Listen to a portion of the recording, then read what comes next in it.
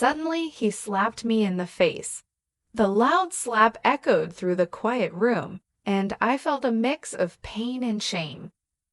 My face burned, not just from the hit, but from the humiliation of being struck by someone I trusted and loved. Ryan's eyes were filled with anger as he stormed out of the house, leaving me there, shocked and heartbroken. I realized then that his violence and betrayal had changed everything forever. Hello, my name is Jessica Adams, and I'm 24 years old. For 6 years, I had been in a relationship with a man I believed was my soulmate, Ryan Miller, who is 25. We got engaged in April 2024, and I was over the moon, envisioning a future filled with love, laughter, and family. Our wedding was set for May 2025, a sentimental date marking the anniversary of when we first met. At that time, I thought my life was falling into place perfectly. Little did I know, I was headed for heartbreak. The excitement of planning our wedding consumed me. In July 2024, I eagerly dove into organizing the details, choosing the beautiful light blue and white theme for our spring ceremony. I spent hours scrolling through Pinterest, creating mood boards, and dreaming about every aspect of our special day. I researched caterers, florists, and venues, sending Ryan my favorite ideas.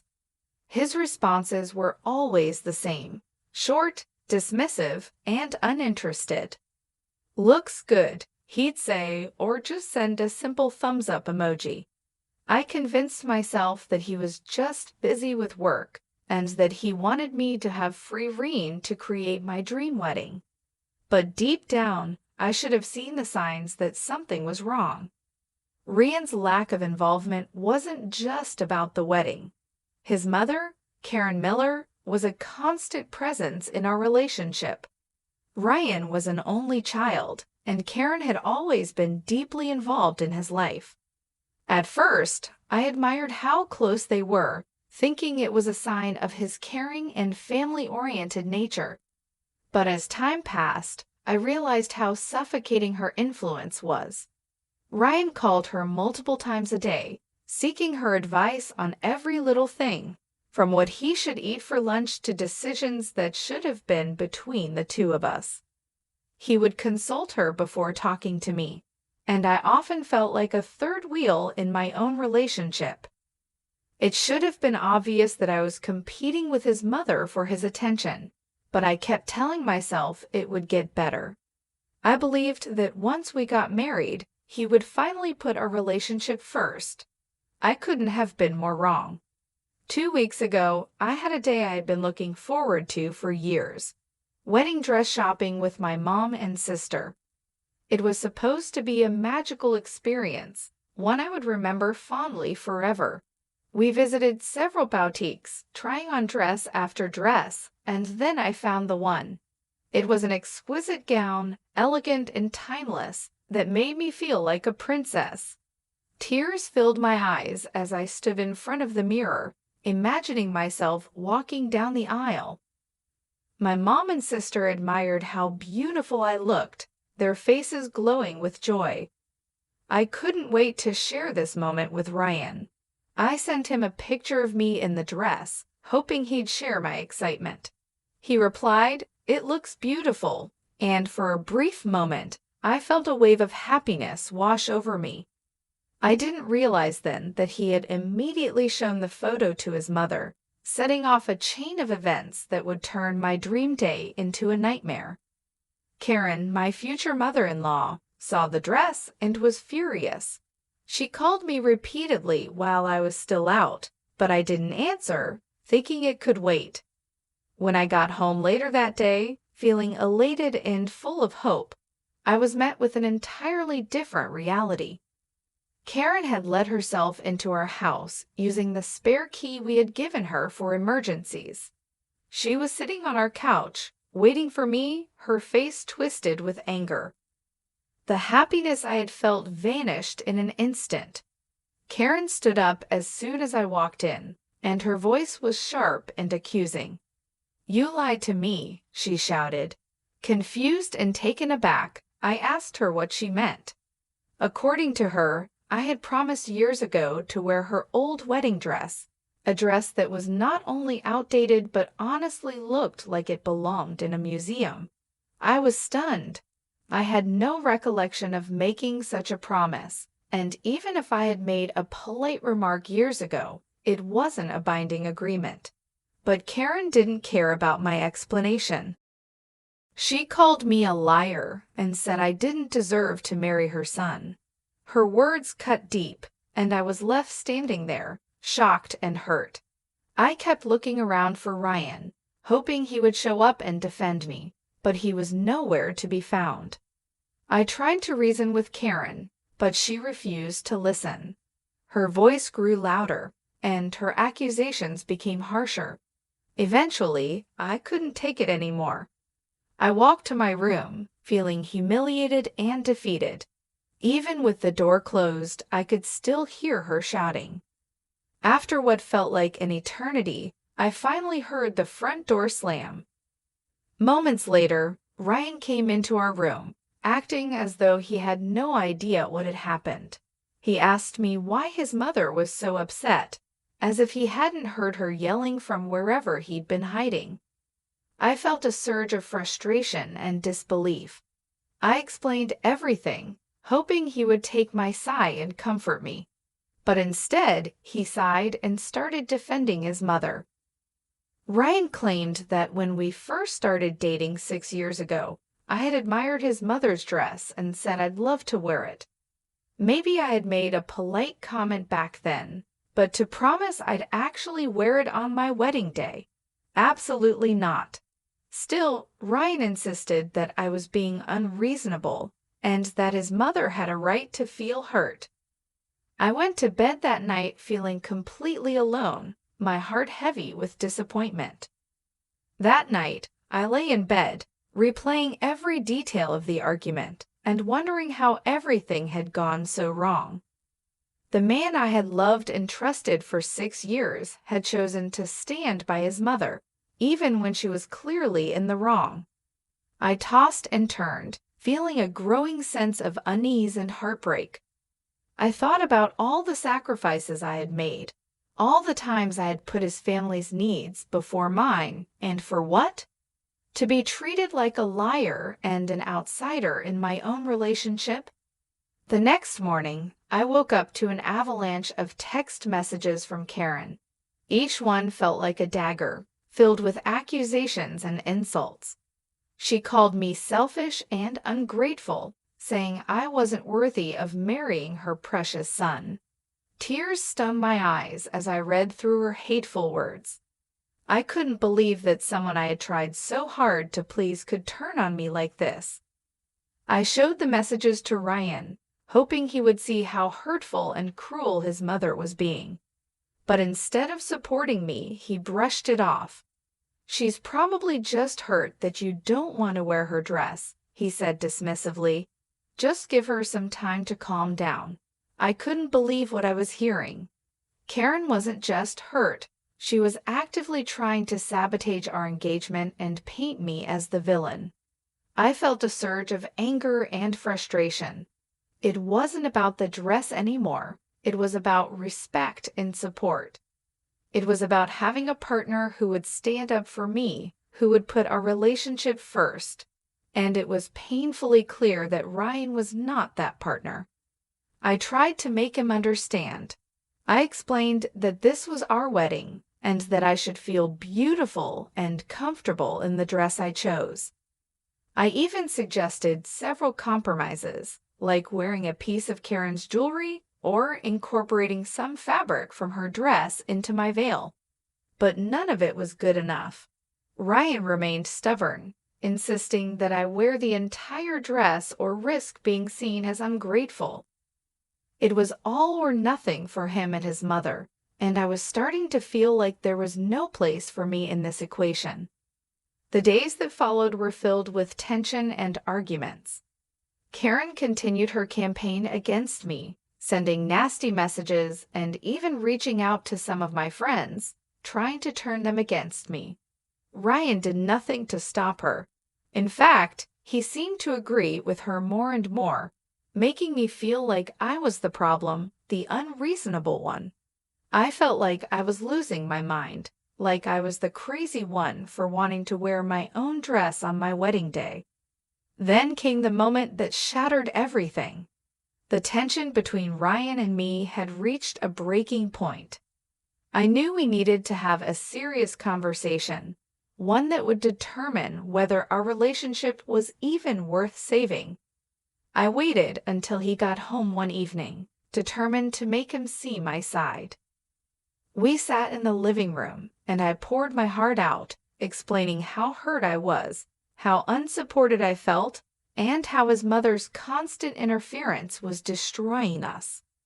I reminded him that this was supposed to be our wedding, not an opportunity for his mother to relive her glory days. But instead of listening, Ryan grew defensive. "You're overreacting," he snapped. "This is about family, and the wedding isn't just for us. It's for them too." His words felt like a slap in the face, and I realized just how deep his loyalty to his mother ran. I tried to stay calm, but the frustration boiled over. I asked him, "Ryan, are you marrying me or your mother? Because it feels like you're more committed to her than to us." That question set him off. His face twisted in anger, and he started shouting, accusing me of being selfish and making a big deal out of nothing. I felt my heart breaking all over again. I told him that I was seriously reconsidering our engagement and that I couldn't marry someone who wouldn't stand up for me. He dismissed my concerns, acting as though I was throwing a tantrum. His indifference hurt more than I could describe. I tried to walk away, hoping to end the argument before it got worse. But that's when everything escalated. Ryan grabbed my arm, spun me around, and slapped me across the face. The impact was shocking, leaving a burning pain on my cheek and a sense of utter betrayal in my heart. I couldn't believe it. He had actually hit me. The man I thought I would spend my life with had resorted to violence. Tears filled my eyes, and I stood there stunned as he stormed out of the house, slamming the door behind him and retreating to his mother's side once again. I felt broken and numb. The physical pain of the slap was nothing compared to the emotional devastation. This was the final line he had crossed, and there was no going back. I knew then that I had to protect myself. I grabbed my phone and called my sister, Lauren. She came over immediately, horrified when she saw the red mark on my cheek. Her eyes burned with anger and concern, and she wrapped me in a protective hug. "You're coming with me," Lauren said firmly. Together, we packed a bag for me. I knew I couldn't stay in that house another second. My relationship with Ryan was over, and I needed to make sure he never hurt me again. As we left, I felt a mixture of relief and heartbreak, but I knew I was doing the right thing. The next morning, I knew it had to be done. With Lauren by my side, I went to the police station and filed for a restraining order against Ryan. I provided photos of the red mark on my cheek and the messages from Karen that documented the toxic behavior I had endured for so long. The process was both empowering and heartbreaking. It felt surreal to be taking such drastic measures against someone I had once loved deeply, but I knew I had to protect myself. Once the paperwork was filed, I made the difficult but necessary calls to cancel the wedding. I reached out to the venue, explaining the situation, and to my surprise, they were understanding and compassionate. They allowed me to transfer the deposit to another event, which I decided to use for an early birthday party. It felt good to turn something painful into a celebration of my newfound freedom and strength. The caterer, however, was less accommodating, and I ended up losing part of the money. But at that point, I was just relieved to be free of the wedding drama. The engagement ring, A symbol that had once held so much hope felt like a heavy burden. Ryan had refused to take it back, claiming it was a gift. I didn't want to keep it, so I decided to sell it and donate the proceeds to a domestic violence shelter. It was a small way to turn something painful into something meaningful, and it gave me a sense of closure. Despite the restraining order, Karen wasn't done trying to control the narrative. She launched a smear campaign against me, using every social media platform she could to spread lies. She called me a selfish, ungrateful bride who had broken her son's heart, and even reached out to some of my family members, hoping they would take her side. But my family and true friends saw through her manipulations and stood firmly by me. It was comforting to know that I had people in my corner who believed in me and supported my decision. Ryan, on the other hand, was a mess. He swung between begging for forgiveness and blaming me for everything that had happened. He showed up unannounced at my new apartment one evening, tears streaming down his face, pleading with me to take him back. The sight of him, once so familiar and now so unwelcome, made my skin crawl. I had to threaten to call the police before he finally left, and it only solidified my resolve. There was no turning back. To find peace and move forward, I leaned heavily on my support system. My parents, who had been furious when they learned about everything, helped me move the last of my belongings out of the apartment I had shared with Ryan. They also offered to cover any legal fees I might need, reminding me that I was not alone. Some of my friends were incredibly supportive, but there were a few who couldn't understand why I hadn't just worn the dress to keep the peace. Those friendships became strained, but in the end, I realized it was for the best. This experience had shown me who my true friends were. As the weeks passed, I slowly started to rebuild my life. The early birthday party I had thrown at what would have been our wedding venue turned out to be a beautiful celebration. Surrounded by people who genuinely loved and supported me, I laughed and danced, feeling a lightness I hadn't felt in years. The joy and laughter that filled the room were a reminder of the strength I had gained and the freedom I had fought for. It was a day I would never forget, not because of the pain that had led up to it, but because of the healing and happiness that followed. Lauren and I also made the most of what was supposed to be my honeymoon trip. We traveled to Paris, a destination I had always dreamed of visiting, and turned it into an unforgettable sister adventure. We explored the streets of the city, indulged in French cuisine, and shared deep conversations that made me feel whole again. It wasn't the romantic escape I had once envisioned, but it was exactly what I needed. A trip that celebrated love and resilience in a different, but equally meaningful way. Back home, I focused on healing. I started going to therapy, where I unpacked the emotional scars from my relationship with Ryan. It was hard to confront the red flags I had ignored, the compromises I had made, and the self-worth I had lost along the way. But each session helped me understand myself better and taught me to trust my instincts. It also gave me the tools to set boundaries and recognize my own value, ensuring I would never settle for anything less than the respect and love I deserved. Ryan and Karen eventually faded into the background of my life, especially after the restraining order and mutual no-contact agreement were finalized. Ryan's desperate attempts to win me back gradually stopped, and Karen's smear campaign lost steam as people realized the truth.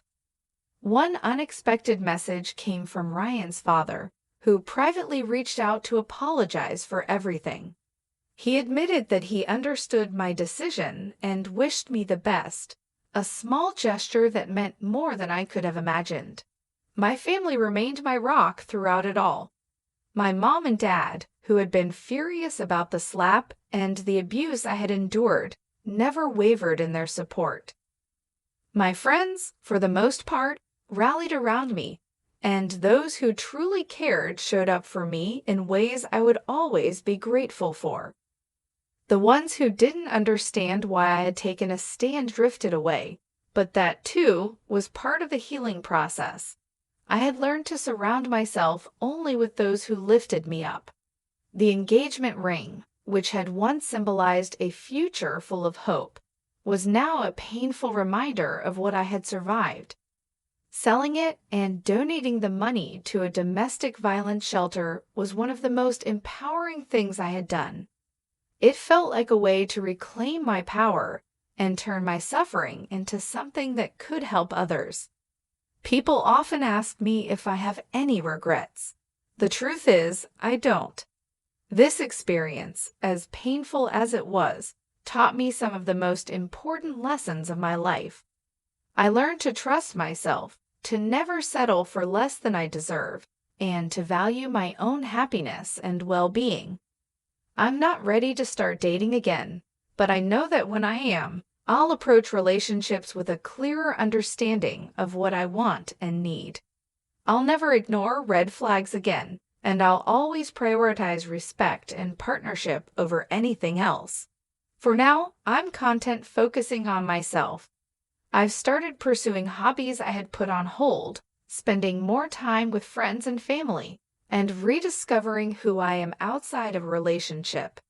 I'm stronger, wiser, and more resilient than I ever thought I could be. And for the first time in a long time, I'm genuinely hopeful for what the future holds. Thank you for joining me on this emotional journey. If this story moved you, made you think, or kept you hooked until the end, I'd love to hear your thoughts. Please consider liking this video to show your support.